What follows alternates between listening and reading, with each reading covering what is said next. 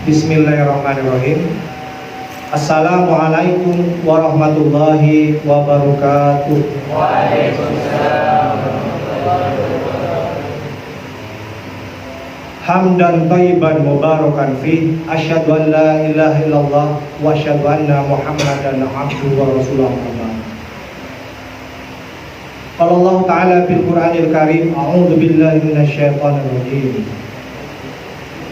Alladzi khalaqal mauta wal hayata liyabluwakum ayyukum ahsanu amalan.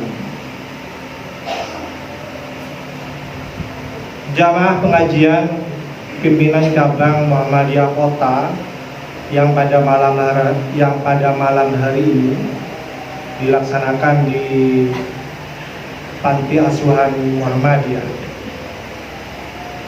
yang dimuliakan oleh Allah Subhanahu wa Ta'ala. Mengawali pengajian rutin kita pada setiap malam Rabu, marilah kita bersama-sama memanjatkan puji syukur kehadirat Allah Subhanahu wa Ta'ala. Karena di tengah-tengah kesibukan kita dengan berbagai kegiatan dari pagi hingga sore tadi, semua kita masih diberikan nikmat sehat. Alhamdulillah semua kita sehat walafiat. Semua kita masih berkesempatan untuk istiqomah berjamaah ngaji bersama setiap malam Rabu.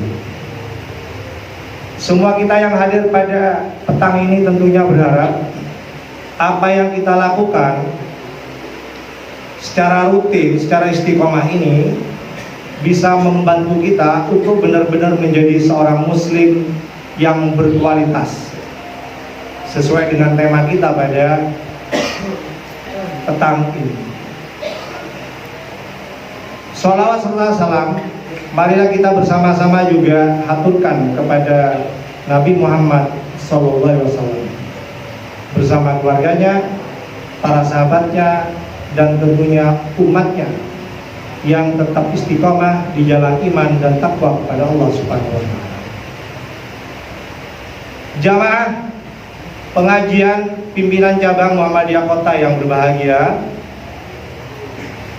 sesuai tema kita pada petang ini, insya Allah semua kita sudah tahu karena oleh Ustadz Abu sudah di-share di berbagai grup. Oleh karena itu saya yakin semua kita itu tahu temanya. Apa temanya? Ada yang ingat? Ada yang sempat baca? Temanya apa? Menjadi muslim yang berkualitas. Menjadi muslim yang berkualitas. Menjadi muslim berkualitas. Itu tema kita pada petang. Yang belum baca, saya beritahu sekarang, dan alhamdulillah Ustadz Hari bisa juga memberitahukan kepada kita semua.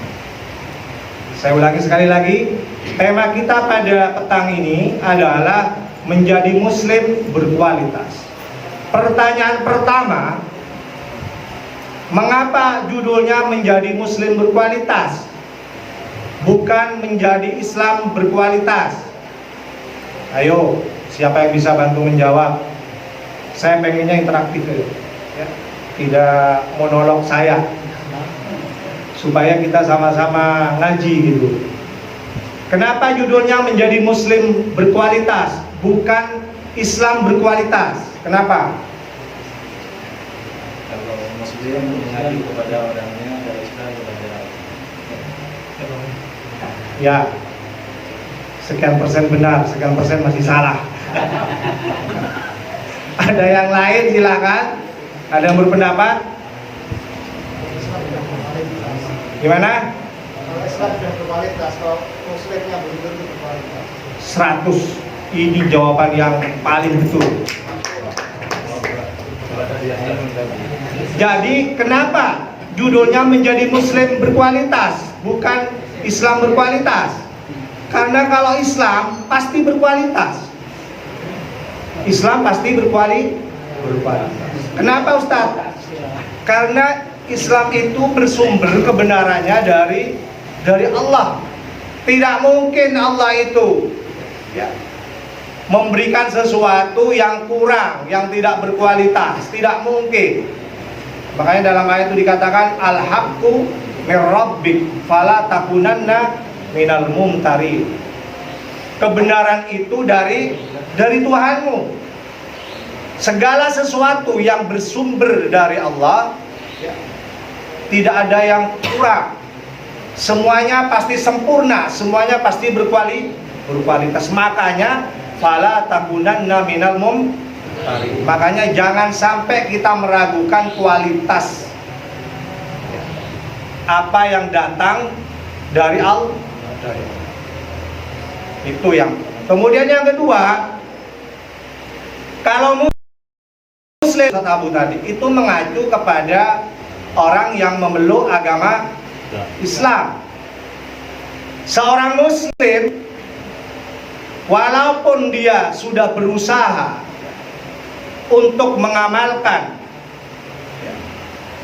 sesuai dengan apa yang dari Allah, tapi belum tentu 100% berkualitas. Dia sudah bersungguh-sungguh, bahkan kemana-mana bicara atas nama Islam, atas nama agama, ya kan? Kan banyak itu sekarang. Kemana-mana orang ya, keluar dari lesannya ayat hadis semuanya mengatasnamakan Islam, berkampanye di sini di sana, ya kan? Nah, kemudian dia berperilaku juga mengatasnamakan Islam, tapi itu belum tentu sepenuhnya ya 100% berkualitas sebagaimana yang difirmankan oleh Allah dalam Al-Qur'an. Jadi kita harus tahu bedanya ini. Kalau tahu bedanya ini, kita insya Allah mudah, tidak akan mudah terlalu fanatik dengan apa yang diyakini, dengan apa yang dipahami, dengan apa yang dilakukan. Semua kita ini berusaha bagaimana caranya kualitas pemahaman kita, kualitas perilaku kita sesuai dengan apa yang difirmankan oleh Allah. Tetapi sekali lagi, kita tidak boleh sombong, kemudian mengatakan apa yang kita ucapkan, apa yang kita perbuat ya, itu sudah mewakili 100%. Yang lain sekian persen, yang saya 100%. Saya kasih contoh misalnya ya. Saya kasih contoh. Islam itu mengajarkan kebersihan, kesucian. Semua kita kalau ditanya ayatnya, hadisnya pasti bisa menjawab. Kita belajar fikih saja, pertama kali yang diajarkan itu kitab Thaharah. Bagaimana caranya bersuci. Itu bukti bahwa Islam itu mengajarkan kesucian, kebersihan. Sekarang saya tanya, apakah setiap muslim itu bersih dan suci? Belum tentu. Contoh, kita datang ke masjid. Saya nggak perlu sebut masjidnya, ya kan? Kalau Anda mau ke kamar mandi, apakah semuanya kamar mandinya bersih dan suci? Kalau Anda mau ke kamar mandi di sebuah masjid, biasanya apa yang Anda lakukan? Mesti cari kamar mandi yang bersih, andalannya ini, ya kan? Kalau pesing, ya kan, atau bau, ya, saya yakin Anda tidak akan mau masuk. Pasti di antara yang beberapa kamar mandi itu dicari yang paling bersih, dicari yang paling baik, ya kan? Ini bukti bahwa walaupun Islam itu mengajarkan kebersihan, kesucian, tidak semua masjid itu menjaga kebersihan, menjaga kesucian. Buktinya, ya, kalau kita mau ke masjid, ya mau ke kamar mandi, ya pasti kita pilih-pilih, ya kan? Kalau bersih masjid mana? Jangan ngaku-ngaku ya.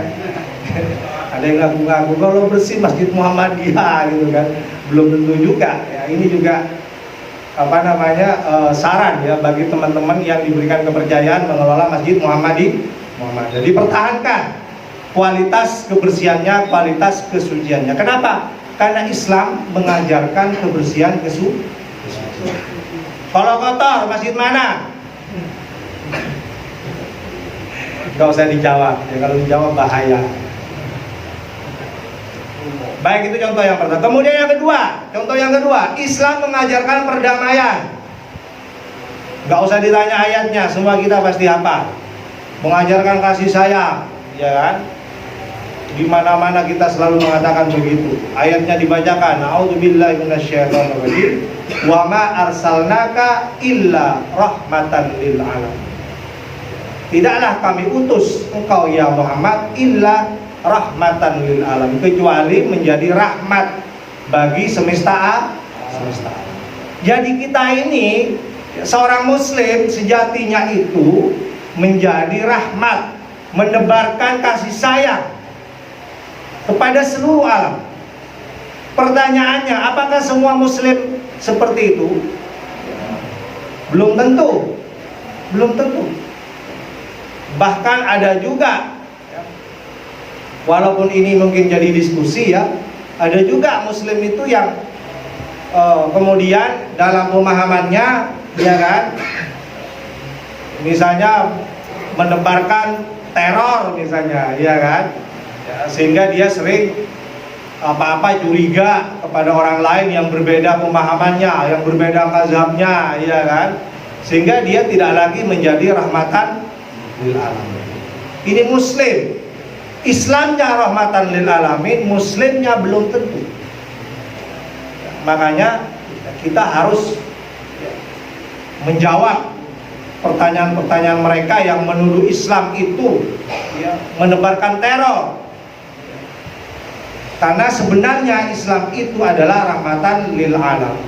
Seandainya ada yang menebarkan teror, itu bukan mewakili Islam itu sendiri. Kalau Islam itu berbicara agama, kalau Muslim itu bicara keberagamaan.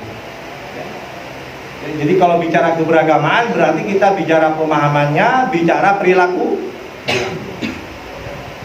Kalau Islam itu agamanya, aslinya dari Allah Subhanahu wa Ta'ala. Jamaah pengajian yang berbahagia, ya, kita sudah paham itu. Kenapa judulnya itu menjadi Muslim berkualitas. Kemudian yang kedua, pertanyaan yang kedua, interaktif lagi. Ada istilah kualitas, ada istilah kuantitas. Apa bedanya? Bedanya apa? Kualitas jumlah, kualitas mutu. Ya, kalau sekarang Ustaz Abu sangat betul 100. Kalau kualitas itu berhubungan dengan mutu, kalau kuantitas itu berhubungan dengan jumlah. Pertanyaannya berikutnya adalah, apakah Muslim kita ini sekarang sudah berkuantitas dan sekaligus juga berkualitas? Ya, kita mulai dari yang dasar-dasar ini dulu. Kalau di zaman dulu, di zaman Nabi, secara jumlah, secara kuantitas sedikit. Betul ya? Di zaman Nabi, ya, umat Muslim itu secara kuantitas sedikit, tapi berkualitas. Berkualitas. Walaupun sedikit, berhadapan dengan Romawi, berhadapan dengan Persia, ya kan, dalam sejarah tarikh Islam, ya, teman-teman di pondok pasti tahu, menang. Kenapa? Karena muslimnya berkualitas. Makanya dalam sebuah ayat surah apa itu ya, disebutkan bahwa Allah itu meringankan, khaffafallahu ankum, Allah itu meringankan kamu. Saya ulangi, al-an sekarang, ya, surah apa itu ya? Ada yang paham? Ada yang hafal ya? Al-an khaffafallahu ankum. Sekarang kata Allah, Allah meringankan kamu. Kenapa? Wa amila anna fika dhafan. Kenapa? Karena Allah tahu kamu berada posisi dhafan, ada pada posisi kurang apa? Jumlahnya sedikit. Allah ringankan langkah kamu. Mau berjihad, Badar, kemudian Uhud, apalagi? Handak, ya kan?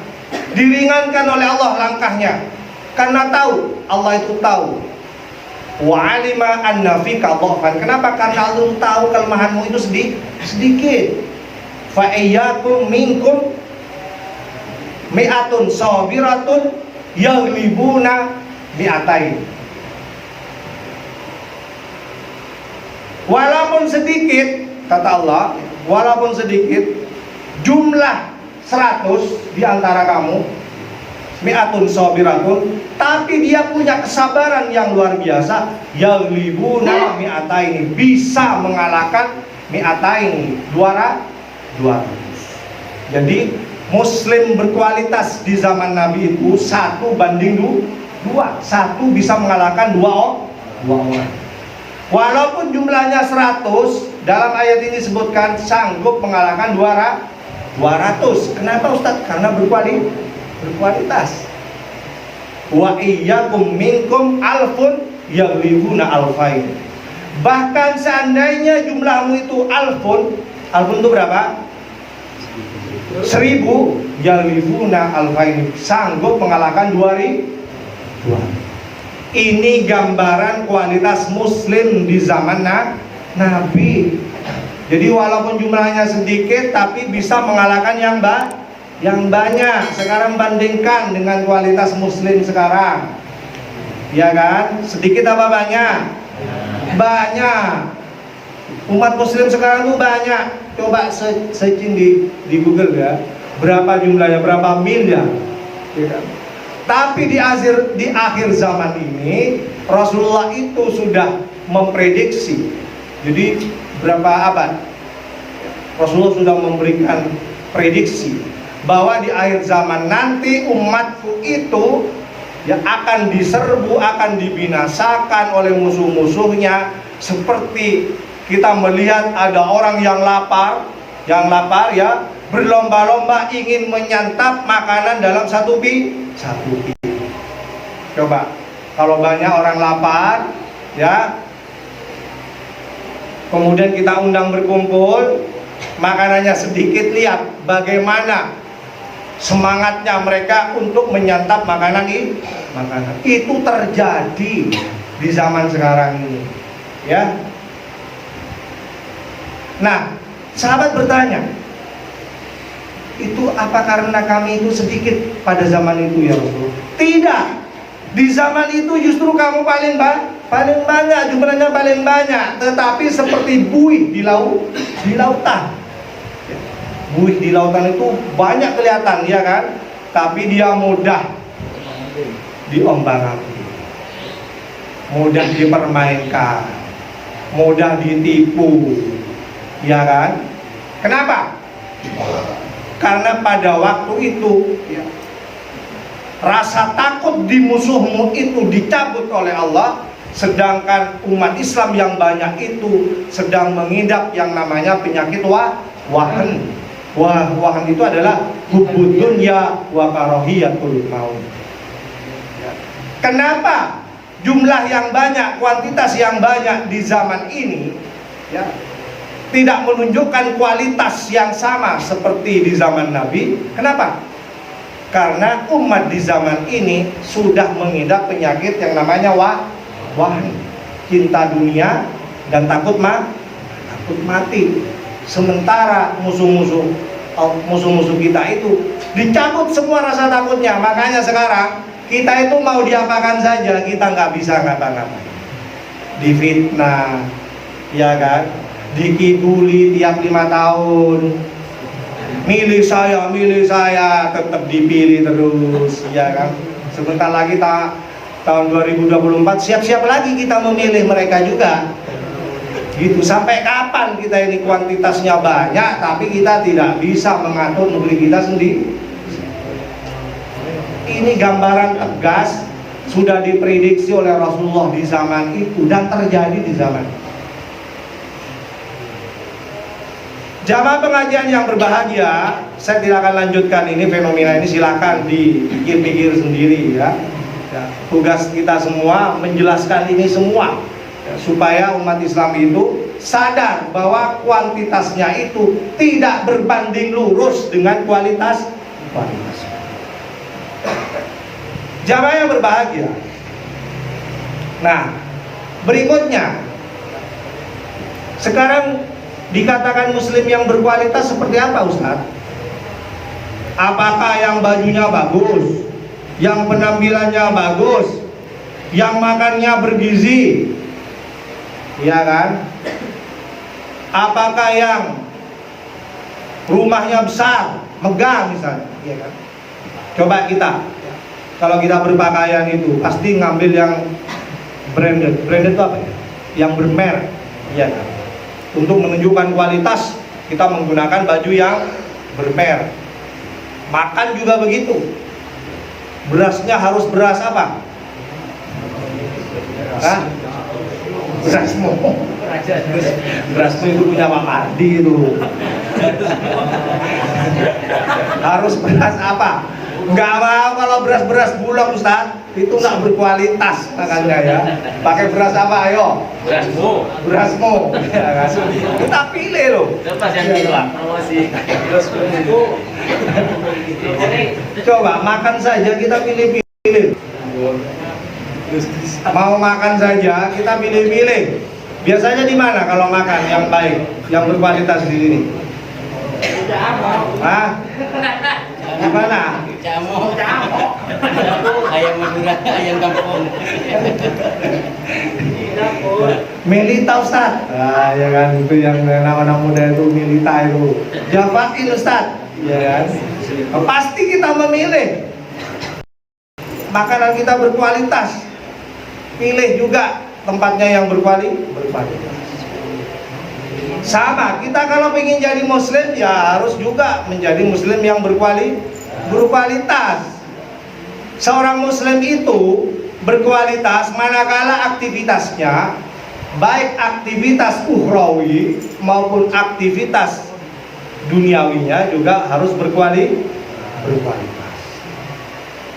Saya tidak menyalahkan loh ya, Bapak Ibu sekalian, suka yang saya sebutkan tadi itu yang berkualitas, ya kan? Bajunya harus berkualitas, iya. Kalau kita punya uang, ya kan? Makannya harus berasmu, iya silakan. Ya nggak usah makan bulog kalau memang itu keinginannya, ya kan? Silahkan. Tapi keinginan untuk yang berkualitas itu jangan sampai mengabaikan kualitas kemusliman kita.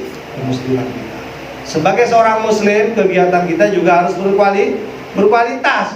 Bukan hanya penampilannya berkualitas, bukan hanya makannya berkualitas, ya kan?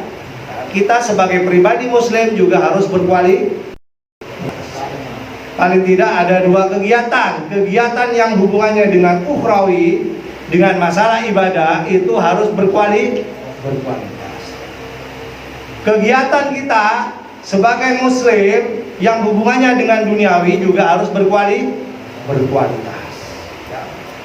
Nah sekarang kita bahas satu-satu. Kalau nggak cukup nanti kita lanjutkan pada pertemuan yang berikutnya. Nah, bagaimana seorang muslim berkualitas dalam hal kegiatan ukhrawinya, dalam masalah ibadahnya, dikatakan berkualitas itu seperti apa? Coba, seperti apa? Yang pertama, tidak banyak-banyak, ya paling tidak ada dua, untuk menunjukkan bahwa ibadah kita itu benar-benar berkualitas. Gak usah banyak-banyak, dua saja supaya mudah diingat.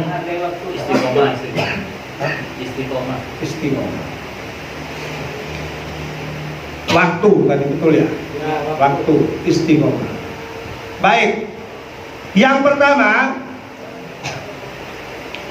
kita harus ikhlas. Jadi sebuah ibadah dikatakan berkualitas itu kalau ikhlas.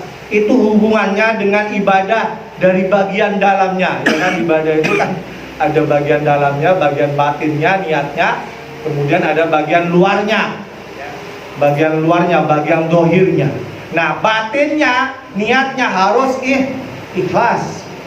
Ikhlas itu dalam bahasa kita yang mudah itu murni, ya kan? Murni. Sekarang kalau saya sebut madu misalnya, suka madu murni apa madu KW? Saya tanya, ayo sekarang kalau kita kalau ada teman kita promosi madu itu, mesti kita tanya kan, ini asli atau tidak? Iya kan? Kita pasti suka yang asli, iya kan? Ini asli, ini asli, tapi warnanya itu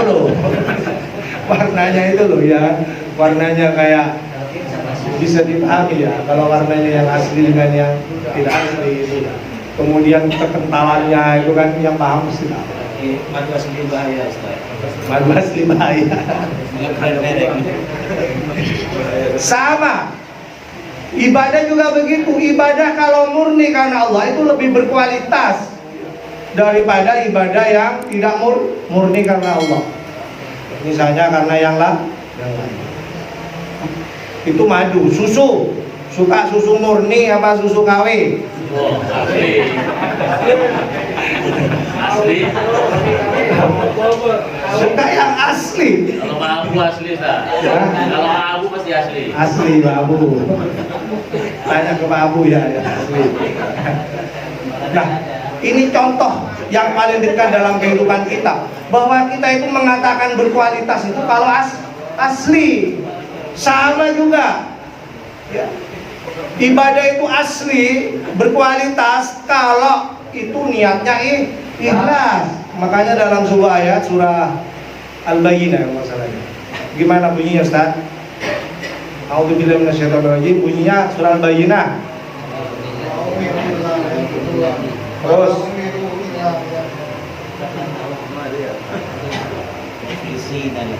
ya, sebelum mukhlisina lahuddin, gimana itu? Wa ma umiru illa liya'budullaha mukhlisina lahuddin. Ya kan? Dan tidaklah mereka diperintahkan untuk beribadah kepada Allah ya, mukhlisin, dalam kondisi ikhlas. Itu kualitas ibadah yang baik begitu. Bahkan dalam ayat yang lain dikatakan a'udzubillahi minasyaitonirrajim, inna sholati wa nusuki wa mahyaya wa mamati lillahi rabbil alamin. Salatku, hidup dan matiku, ibadahku, hidup dan matiku semuanya lillahi rabbil alamin. Itu ikhlas untuk menunjukkan kualitas daripada ibadah. Jamaah yang berbahagia. Nah, dalam ayat yang lain, fasolli li rabbika wan. Salat, kalau kita salat itu juga harus karena Allah, li rabbika. Wanhar, berkurban juga karena Allah. Itu berkualitas. Jadi sekali lagi, ibadah itu ya harus disertai dengan niat dan batin yang ikhlas. Itu untuk menunjukkan bahwa ibadah kita itu berkualitas. Sekarang caranya bagaimana, Ustaz? Ya, kita bicara dohiriyah. Karena kalau bisa ibadah itu juga berbicara hal-hal yang dohir. Makanya syarat yang kedua ini adalah harus sesuai dengan perintah Allah dan Rasul. Jadi ibadah dikatakan berkualitas kalau sesuai dengan tuntunan Allah dan Rasul. Sholat misalnya, Rasulullah mengatakan dalam sebuah sabdanya, "Shollu kama ra'aitumuni usolli." Sholatlah kamu sebagaimana kamu menyaksikan aku sholat. Jadi sholat kita bisa dikatakan berkualitas kalau seperti yang disaksikan oleh sahabat bagaimana caranya Nabi sholat. Itu. Jadi dalam masalah ibadah, seperti berkali-kali saya sampaikan, ya, akan menunjukkan kualitas yang sebenarnya kalau itu sesuai dengan tuntunan Rasulullah. Jangan berkreasi sendiri. Jangan berinovasi sendiri. Karena kalau dalam masalah ibadah kita tidak boleh melakukan itu. Makanya dalam sebuah hadis dikatakan, dalam masalah ibadah Rasulullah bersabda, "Man amila amalan laisa alaihi amruna fahuwa raddun." Barang siapa yang mengamalkan sebuah perbuatan yang tidak sesuai dengan perintah kami, fahuwa raddun, maka amalan itu tertolak. Itu dalam masalah ibadah. Sekedar bercerita mengingatkan apa yang sudah disampaikan. Contoh ini ya. Di zaman Nabi itu ada seorang sahabat yang kreatif, berpikirnya kreatif, berkemajuan mungkin. Dia ingin daging kurban itu bisa dinikmati setelah kita selesai sholat. Kenapa?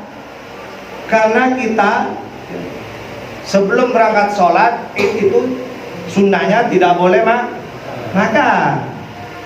Ya, kenapa? Supaya nanti setelah turun sholat bisa Dia berpikir, gimana bisa begitu? Uang kurbannya itu disembelih setelah sholat. Tuntunannya kan begitu. Dikatakan kurban kalau itu waktunya. Nah ini waktunya kan. Waktunya, ya, bicara waktu tadi, itu tepat. Ya kan? Waktunya tepat, caranya tepat, contohnya tepat.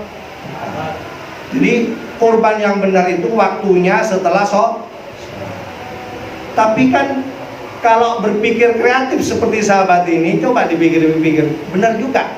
Kadang-kadang kita anggap benar, ya kan? Coba itu disembelih sebelum sholat. Kita habis sholat kan bisa makan bareng-bareng, ya kan? Akhirnya dia melakukan itu. Setelah sholat, kemudian dikumpulkan para sahabat, ayo kita makan bareng-bareng. Sudah siap. Rasulullah curiga, kok bisa setelah sholat sudah siap? Iya kan?